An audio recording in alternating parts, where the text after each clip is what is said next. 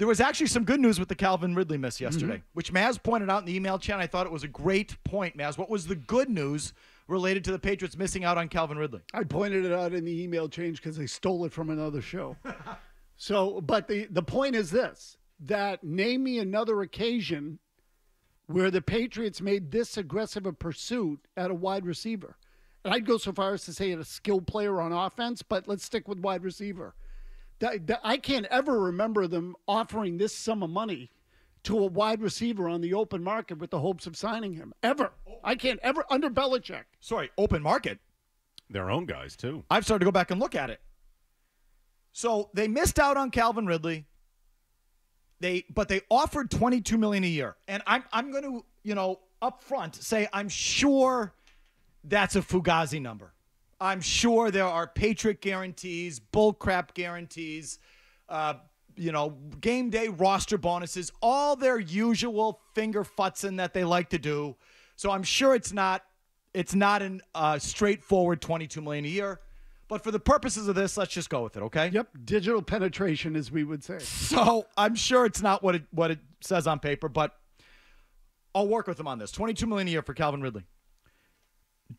I can't think, and I don't believe they've ever paid another pass catcher, receiver, or tight end, and they've had Hall of Famers go through there under Bill Belichick, who made half of that, half on an AAV.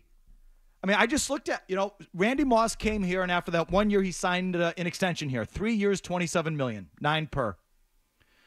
Julian Edelman, his AAVs, 4.25, 5.5, 7.75 at the end. Wes Welker, his original AAV when he signed here, 3.6, and then he played 1 year at 9.5. It was the tag, right? It was a franchise tag his final year, I believe. So he made 1 year at 9.5. That so far is not the highest, it's the second highest. He then went to Denver for 2 at 12. They wouldn't even pay him 6.5 a year. The Patriots wouldn't. Deion Branch, David Givens, both left after their rookie deals. Branch came back 2 years, $7.6 million, under $4 million a year AAV. Mohamed Sanu, when they traded for him, he was a pricey guy, I thought. $6.5 million was his average annual value. Brandon Lloyd signed here 3 years, $12 million, $4 million a year. Rob Gronkowski, include the tight ends, 6 years, $54 million, $9 million per. What was Aaron Hernandez? We just saw it, $40 million. Was it 8 for 40? Something like that. Maybe 5 for 40? 5 for 40. It was 5 for 40. Whatever. Single digits. I believe. Oh, Antonio Brown. Okay, they paid through the nose for him. 1 year, 10.5. 1 year, 10.5, $9 million to sign. He was coming off a contract with the Steelers. He actually made a stop in Oakland, where he almost beat the bag out of Mike Mayock. But he was coming off a deal in Pittsburgh where he made 17 per. When he came here, 10.5. I believe, if I'm not mistaken, Nelson Aguilar, 2 years, $22 million, $11 million per, was the highest AAV Bill Belichick ever paid for a skill position player outside of the quarterback. If I'm missing someone, let me know. Because I didn't go and I didn't bother looking at Brandon LaFell. I can't imagine he would. I don't know. Give me a name. Someone. Did you name Edelman on there? Yeah, I said one of the first ones. In fact, he got screwed more than anybody. Must have been like 2. His last, I said it, Murray. The last year was 7.75. His 3 contracts that he signed here, the AAVs, were 4, 5, and 7.75.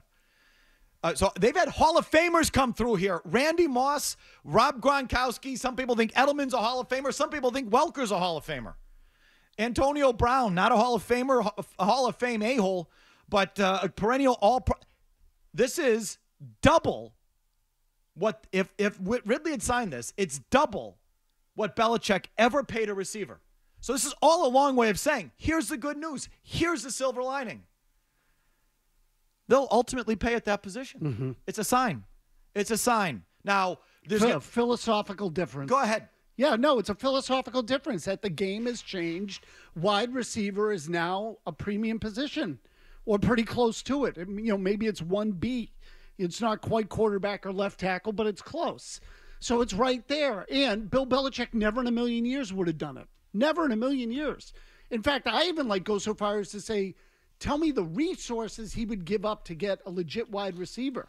Randy Moss was a 4th-round pick. Brandon Cooks was a first. They were always Remember that? distressed assets. What did he make? That would be a good one to look So at. he was low, which is why they gave up the first, and then he ended up leaving. They ended up trading him again and getting the first back, if Yep. you remember. Sure. But they were going to have to sign him to a contract, which is part of the reason they let him go. He was one of those guys where the money was low at the end, so they traded for him. They got him on short dollars. They gave up a 1st-round pick, but they reclaimed it. Wes Welker, I believe, was a 2nd-rounder, Mike, that they gave up for, right? Yep. So the point is, very rarely did Bill ever go out and give up anything for a wide receiver, whether it was on his team or not. He wouldn't sign the ones he had. He wouldn't give up anything significant for the ones that were out there. There were a couple of occasions where he did. Again, Cooks and Welker. Otherwise, forget it. And then, Antonio Brown, I would give you 2. Yeah, so Cooks was on that Saints deal at the time, right? So that was just over $2 million. It was short money, but it was a 1st-round pick. This would have doubled.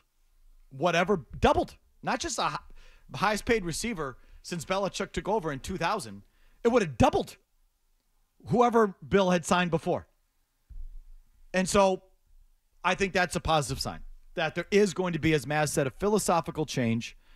They aren't going to spend any more money, but they're going to spend it differently. And this is an indication of how they're going to spend it. Good. Good news. Okay. Instead of just giving it to fat defensive tackles. Or guys that cover fair catches on punts or long snappers or whatever the case may be. Okay, so how you spend your money should be modernized. It's not going to be increased, but it will be modernized, how it's dispersed. That's the good news. 617-779-0985. I'm not sure what I'm more uncomfortable with, starting the show with grab ass or just doing about 10 minutes on the good news. Well, Albert Einstein was born on this day, not died on this day, by the way. Yes. We figured that out too. Yes, that's twice we've had the host on listening. But anyway, the whole pie thing, mind I try not to listen to Listen! You want the bad news? Definitely. This tweet from Josina Anderson, which I think clearly came from a Patriots source, should tell you they still don't get it. They don't get it. The Josina Anderson tweet after Calvin Ridley signed with Tennessee yesterday was, Patriots will mainly turn their attention to the draft to address wide receiver, I'm told. They've moved on. Remember, she says, splashes come in the win-loss column. Okay, this is clearly from the Patriots because, well, it's from the Patriots' perspective. They'll turn their attention to the draft where they've moved on, and she puts that in quotes as if she was told that, clearly coming from the team. And then she doesn't put this part in quotes, but I can just hear it. I can hear it from Jonathan or Elliot Wolf or I don't know. I can hear it. Well, it only matters. Splashes come when you win, which is such a douchey comment and such a sign that I still don't think they get it. They still think they're the Patriots. You know what I mean, Maz? Oh, yeah. No, I know exactly The what Glory Day Patriots. Which is easy to do and which is what they absolutely did for those 20 years when they had Tom Brady and were winning every year. Oh, yeah, let the Jets win the offseason. We win the regular season, said Jerry Thornton. Or, just like over and that arrogant, snotty, just bitchy Patriot fan thing. Oh, yeah, let them win the offseason. We'll win the real season. You're 4-13 and you're still saying that? You're 4-13 with just about the worst roster in the NFL. And I think one of the bleakest outlooks in football. I think one of the least inspiring coaching staffs and rosters in all of football. And you're going to still spill the splashes comes with wins and losses? Like the Titans are idiots?